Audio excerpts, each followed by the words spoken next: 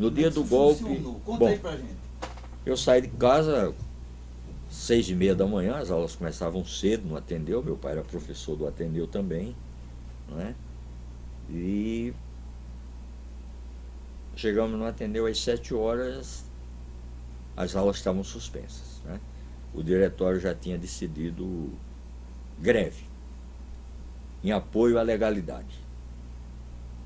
Grupos de direita, militares golpistas, estavam indo de Minas Gerais para o Rio de Janeiro, com o intuito de derrubar o presidente João Goulart e tal, e ganhar o apoio do 2º Exército de São Paulo, neutralizar o 3º Exército do Rio Grande do Sul. O 4º Exército não tinha se manifestado. No outro dia a gente viu que eles já estavam todos armados, né? O Justino Alves Bastos prendeu o Miguel Arraes lá em Pernambuco, o Maranhão foi preso aqui em Natal. Mas no dia do golpe mesmo, o que a gente fez? Levantamos o Ateneu, mandamos uma equipe, eu participei desse grupo para fazer comício no ginásio municipal, que ficava ali no Baldo, né? E saiu uma passeata de lá e uma passeata do Ateneu. A do Ateneu teve um primeiro encontro já com as forças da repressão na Praça Pedro Velho. A ordem dos oficiais foi atirar, mas nenhum militar teve coragem de atirar, né? Isso foi um fato interessante, eu estava presente. Lembra quem estava comandando essa tropa? Não lembro exatamente quem comandava essa tropa, porque eles já tinham feito umas alterações de comando, viu, o Roberto? Eles tinham feito o seguinte: a oficialidade nesse momento, né, já era gente de Pernambuco, do Ceará, da Paraíba, eram pessoas desconhecidas aqui do Rio Grande do Norte, exatamente para agirem de uma forma a mais violenta possível, quer dizer, sem vínculos com a cidade. Depois fizeram isso até com soldados, mandaram tropas de cidades, né, que é uma tática militar, quer dizer, uma cidade pequena como Natal, a tropa era toda conhecida do pessoal do Ateneu, tinha colegas, tinha amigos, tinha parentes, né, namorava com irmãs de caras, etc. Então, a gente foi até o Grande Ponto, teve comício do Grande Ponto, e de lá uma comissão se deslocou à Prefeitura Municipal para prestar solidariedade ao prefeito. Foi formado lá na Prefeitura, ali na sede da Prefeitura, até hoje, ali na Ulisses Caldas, né, o QG da Legalidade, comandado pelo prefeito Maranhão. O Gileno tem uma grande atividade, o Paulo Francinetti, o nosso companheiro da rede ferroviária, o Batista, Valdo Batista, né, Valtinho. E nós tínhamos equipamentos muito elementares, né, nós fizemos um manifesto pela legalidade contra o golpe e rodamos em mimeógrafo manual, né, distribuindo pelo centro da cidade. É a questão da imprensa, rádio e jornais. Rádios e jornais eram uma confusão. Tropas estão com Jango, tropas não estão com Jango, né? E o que se sabe é que os jornais de maior circulação, no caso era o Diário e a Tribuna, o Diário de cara já apoiando o golpe, os diários associados. E a Tribuna sem circular. Depois viemos a saber que tinha 2 edições, uma apoiando o Jango e outra apoiando o golpe. Aí quando o Jango perdeu a parada, no outro dia, no dia 1º de abril, sai uma edição da Tribuna apoiando o golpe militar. Eles fizeram 2 capas, né? Como foram jornal, 2 cartas também. 2 cartas na mão, né? Uma para um lado e outra para o outro. Então, e o clima na cidade? Já começou o lance do terror? O clima na cidade, no primeiro abril, foi um clima em que o povo tomou conta da cidade durante o dia. Mas às 18 horas, quando nós cansamos e resolvemos ir descansar para continuar a resistência no outro dia, eu lembro muito bem, eu estava com aquele companheiro dos Correios, aquele baixinho, né, que prenderam até a filha dele, torturaram e tal, Jaime, né, com os irmãos Capistrano, Benjamin e Franklin, e a gente, hoje o vereador Franklin Capistrano, e a gente resolveu ir para casa e tal, e a cidade então ficou no apagão, tudo escuro. E quando eu cheguei na altura da João Pessoa. Eu morava na Felipe Camarão, número 415, ali em frente à Correia Teles, onde morava o poeta Otoniel Menezes. Eu vi uma coisa que me estranhou bastante: soldados do exército, né, embalados, tropas, nas ruas, e onde tinha 2, 3 pessoas reunidas, eles chegavam já baixando o cacete e separando as pessoas. Então, era a orientação que tinha, né? Dispersa, dispersa, dispersa. Então a cidade praticamente correu para dentro de casa, né? Foi todo mundo para dentro de casa, tudo no escuro, nas ruas. Tiraram a luz pública, né? Dentro das casas, luz. Aí cheguei em casa, meu pai com o rádio ligado, então eram músicas patrióticas, músicas marciais, militares, e dizendo que o presidente João Goulart tinha abandonado o país. Ele não estava no país, era mentira, ele estava no Rio Grande do Sul. E o Ranieri Mazzilli assumindo a presidência da República para depois passar por militares. No outro dia já não houve uma resistência nenhuma. No outro dia foi a caça às bruxas, todo mundo sendo preso, né? Todo mundo sendo preso. Eu, pela minha pouca idade, 14 anos de idade, né, escapei da prisão, obviamente. Mas companheiros como Gileno tiveram que fugir, Walter Batista e tal. E os que não conseguiram fugir foram logo para os quartéis. Os quartéis se encheram. Para que você tenha uma ideia, e hoje isso está provado, no dia 1º de abril foram presos no Rio Grande do Norte, aproximadamente 200 pessoas. Só no Rio Grande do Norte, né? Eu não posso nem dizer que esse número corresponde ao Rio Grande do Norte. Eu peço até para corrigir, é Natal. Quer dizer, estudantes, líderes sindicais, etc., movimentos associativos, intelectuais, artistas e tal. Então, Marinha, Exército, Aeronáutica e tal, tudo, Polícia Militar, tudo virou presídio, né? E os dados que nós temos hoje é que nesse dia foram presos no Brasil todo 200 mil pessoas. Em Mossoró prenderam quase 100 companheiros nesse dia, né? O velho Vivaldo Dantas, Joel Paulista, Guilherme, aquele pessoal todo, né? Então, e alguns conseguiram escapar, como foi o caso do Luiz Maranhão, escapar da prisão. Vulpiano não escapou, foi preso logo, né? Moacir de Góes, João Maranhão. E o Gileno Guanabara conseguiu escapar também, que era a principal liderança secundarista. E as principais lideranças universitárias foram presas. Arruda Fialho, Geniberto, Ginani, esse pessoal todo foi em cana. Então foi uma coisa muito séria, né? Depois vieram as prisões em sequência.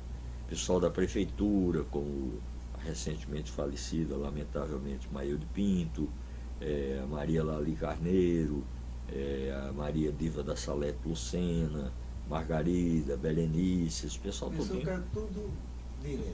Rapaz, não havia nenhum esquema de segurança, nem ninguém tinha para onde ir, né? Era uma situação de desespero e nós, que éramos jovens, pessoal da juventude e tal, carentes de direção e de orientação. Para que você tenha uma ideia, nós só conseguimos reorganizar o partido a partir de 1966. O ano de 65 foi um ano de absoluta parada nas nossas atividades, né? O resto de 64 e todo o ano de 65. Quer dizer, 20 meses de absoluta hibernação política. Aí né? Depois disso tudo, aí aparece o Veras e o Lacerda. Aí como é que a coisa... O Veras e o Lacerda, eles chegam aqui no mês de abril, né? E começam a fazer levantamentos, inclusive convidados pelo governo do estado, pelo doutor Aloysio Alves, e eles concentram principalmente na máquina do poder público, né? A Prefeitura Municipal de Natal, funcionários dos poderes executivo, legislativo e judiciário, né? Então, Rede Ferroviária, sim, os órgãos federais, sim, tinha o nosso companheiro lá da Rede Ferroviária, que era, inclusive, depois foi esposo da Berenice, né? O Heber Maranhão, que faleceu num desastre de automóvel no Rio de Janeiro, já no governo Brizola, e que passou um bom tempo da sua vida na Nicarágua, foi um grande companheiro. Me reencontrei com ele anos depois no Rio de Janeiro, né? E ele foi uma pessoa de muita importância, porque ele dirigia a rede, mas dirigia a rede junto com o sindicato dos ferroviários, né? Era um processo de integração e era um homem de confiança do João Goulart e tal. Então, tanto que ele está no ato 1, né? ele foi cassado no ato. Ele tá É um dos primeiro, primeiros caçados, exatamente, pelo cargo importantíssimo que ele ocupava, né? Porque ele, ao mesmo tempo que ele dirigia todo o sistema ferroviário aqui, ele participava do Conselho Nacional, né, de Transportes. Então ele era um homem que despachava diretamente com o ministro de Viação, aquele negócio, eu acho que o termo era esse, né? Não tinha Ministério do Transporte, Viação e Obras Públicas, né? Então, e era um bom agitador, um orador, uma pessoa bastante conhecida. Então o golpe me pega no Ateneu, nós tentamos resistir, jogamos pedra nas tropas, eles receberam ordem de atirar e não atiraram. E nós fomos até o centro da cidade, fizemos comícios, etc. e tal. Mas a partir do dia 2 de abril não houve absolutamente mais nenhum ato de resistência e as pessoas que não conseguiram fugir, foram poucas por sinal as que conseguiram fugir. A grande maioria foi presa e eu mesmo só voltei às aulas, acho que uns 15 dias depois do golpe militar, né? E já sendo objeto de todo um processo de perseguição, de denúncia, que não se consumava pela minha idade, né? Era prender uma criança praticamente, né? E também não oferecia nenhum perigo, né, aos novos detentores do poder, pela minha inexperiência e por não ter expressão política nenhuma. Quando houve o golpe militar, eu era um aprendiz, estava começando a participar do movimento, né? Mas 1964 para nós representa exatamente isso, né? Foi esse momento dramático, terrível, e o desmantelamento de uma série de concepções que depois nós fomos enfrentar já dentro do partido e na sociedade, né? Com a reorganização do PCB, a partir de 1966, houve também a reorganização da Ação Popular. Os trotskistas aqui sempre tiveram uma influência muito pequena, né? Essas foram as duas organizações que retomaram o movimento estudantil, e a hegemonia era dos comunistas, tanto no movimento secundarista como no movimento universitário. E nós éramos ainda tão poucos que reuníamos, né, secundaristas e universitários numa base única. Depois é que a gente foi crescendo. Aí começa a importância da Casa do Estudante aí, né? Sim, a Casa do Estudante, aí tem a eleição do Querginaldo, do José Rocha Filho, que era um democrata, depois militante do PCR e morto prematuramente, né? Vítima de um câncer, né? Morreu muito jovem. O companheiro José Rocha Filho, que era conhecido por todo como Querginaldo, mas foi substituído por um quadro revolucionário que eu conheci no Ateneu, que era meu companheiro de turma, né? Meu companheiro do Luciano, que era o Emanuel Bezerra dos Santos, né? E que era um pouco mais velho que nós, mas conhecemos como cristão de esquerda, partidário do personalismo, mas que pela sua inteligência, sagacidade e espírito revolucionário, muito rapidamente se tornou um grande quadro marxista, ingressou no Partido Comunista Brasileiro e na dissidência ele optou pelo PCR, Partido Comunista Revolucionário, enquanto que eu e Luciano, na dissidência, fomos para o PCBR. Quer dizer, o PCR tinha hegemonia no movimento universitário, eu já tinha entrado na universidade também, né, mas nós tínhamos a hegemonia no movimento secundarista, basicamente no Ateneu, Frei Miguelinho, Sagrada Família, Monsenhor Mata, Filóquio Câmara, né, Winston Churchill, que estava começando, e no que sobrava do municipal, porque muita coisa da obra do Djalma Maranhão foi destruída, né? Ali naquela praça André de Albuquerque, da antiga catedral, tinha a galeria de arte. Quem destruiu a galeria de arte, né? Foi um secretário municipal de cultura, que depois foi reitor da universidade, né? E hoje é presidente da Academia Norte-Grandense de Letras. a concha acústica foi destruída, a biblioteca popular foi destruída. Quer dizer, tudo isso para acabar com a memória do Djalma Maranhão. O Palácio dos Esportes... Até o ginásio municipal derrubaram também. Sim, o ginásio municipal deixou de existir, que era um dos melhores estabelecimentos de ensino de grau médio que tinha, né? Quase ao nível do Ateneu e do Miguelinho, que eram os dois melhores. Quer dizer, e nós tínhamos um ensino médio de boa qualidade naquele tempo. E o ginásio municipal foi todo construído pelo Djalma Maranhão. E funcionava 3 turnos, de manhã, de tarde e de noite, né? Então, teve figuras importantes no ginásio municipal na nossa luta, como o Irapuã, né? O Taca, né? Foi uma figura importante. E figuras que tiveram um final melancólico, né? Tanto ideológico como do ponto de vista físico, como o Zé Gessino, né? Começou a militância lá no ginásio municipal.